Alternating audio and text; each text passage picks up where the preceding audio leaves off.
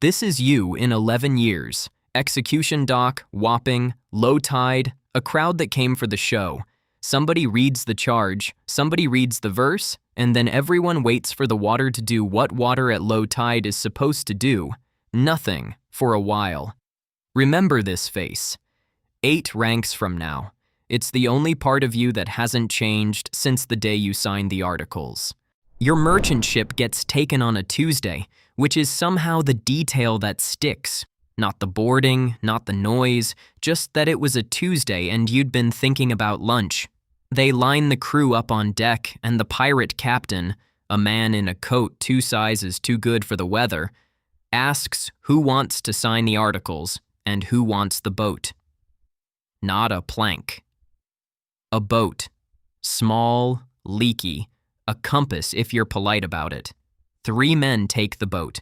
Everyone else, including you, picks up the pen because the merchant service pays you in scraps and lets you drown for free. And this crew is at least offering you a vote. You don't know yet that a vote and a say are 2 different things on a ship like this. You just know your hands aren't shaking as much as you expected them to. Nobody tells you the articles you just signed are also the only document that can hang you. You learn the articles properly now, past the part where you signed your name under duress and actually read the rest of the document. Every man gets a vote.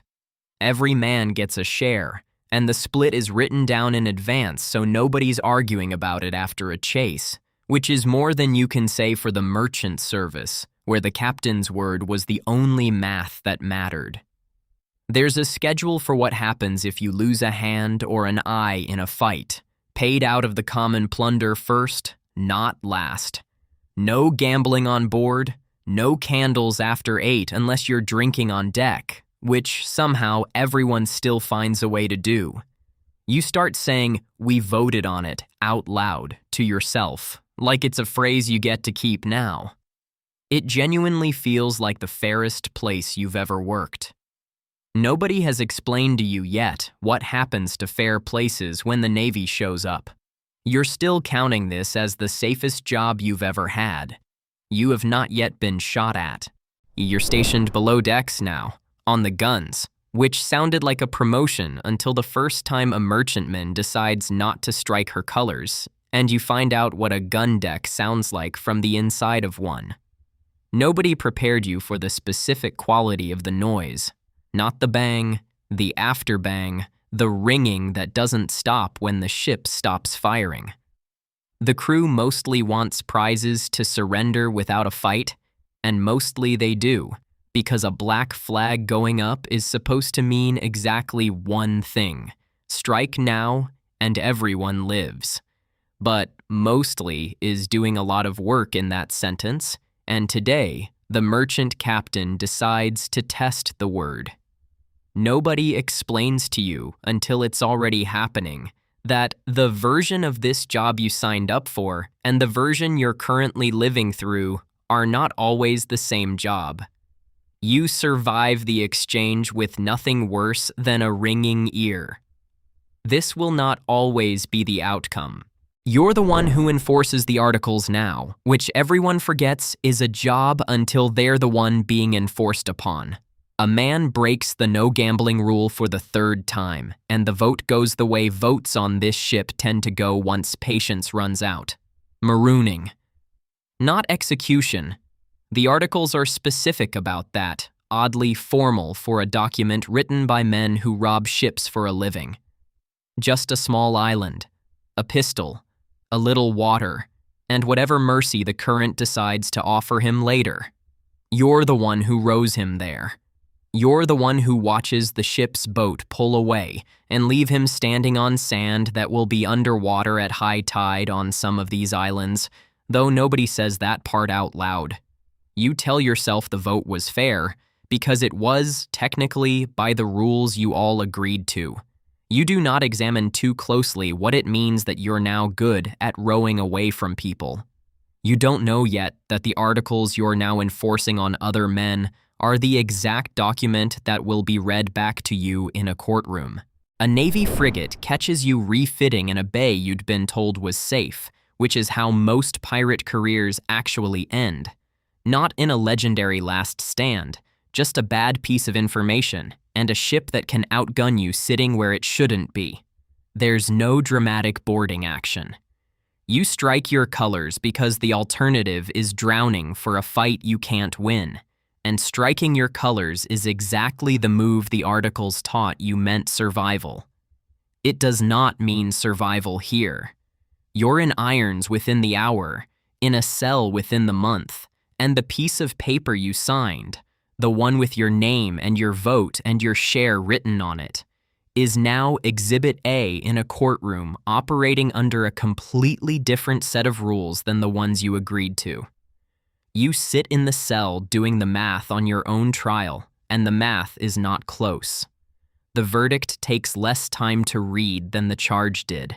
A general pardon reaches the prison before your case is called. The Crown, tired of losing ships and sailors to the same 50 names, offers amnesty to any man who signs off the account and never goes back on it. You take it. You walk out of a cell you had already, quietly, stopped expecting to walk out of. You sit in a rented room for 6 weeks with nothing to do and a very specific kind of silence you're not built for anymore. And you understand something you didn't understand the first time you picked up that pen. You're not choosing between piracy and safety. You're choosing between one very specific, very total kind of alive and a quieter, smaller one. You know exactly what the account costs now. You did the sentence, or close enough to it. And when the letter arrives from your old quartermaster, still active, still recruiting, still using the same handwriting, you read it twice, and you go back. Nobody makes you go back. That's rather the point. You're the quartermaster now, which on paper sounds like a supply job and functions, in practice, as the actual government of the ship. The captain runs the chase and the fight. You run everything else. The votes, the discipline, the plunder split, the 1,000 small disputes that would sink a crew of 80 men faster than any frigate.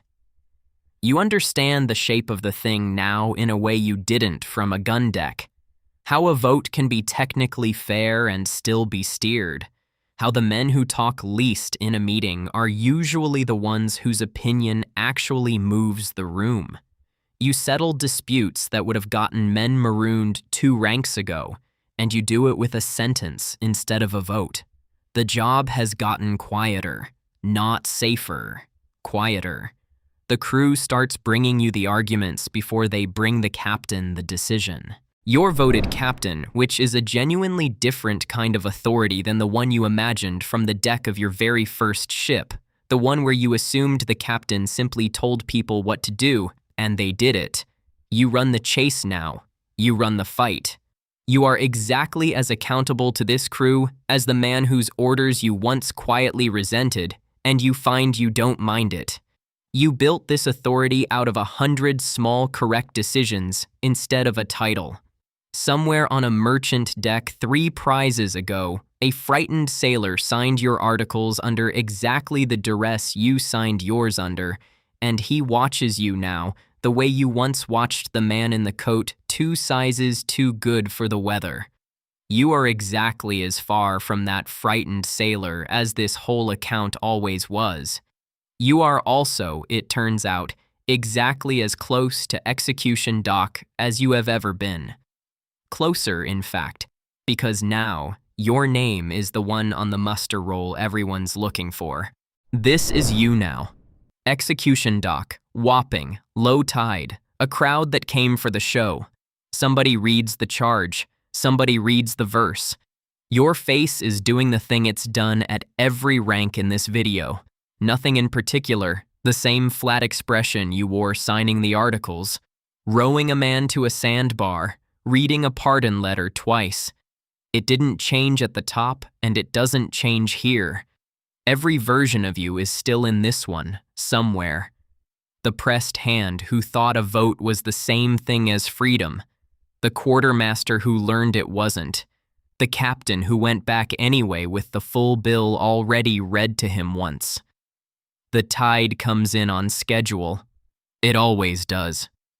That's the only part of this job that was ever guaranteed.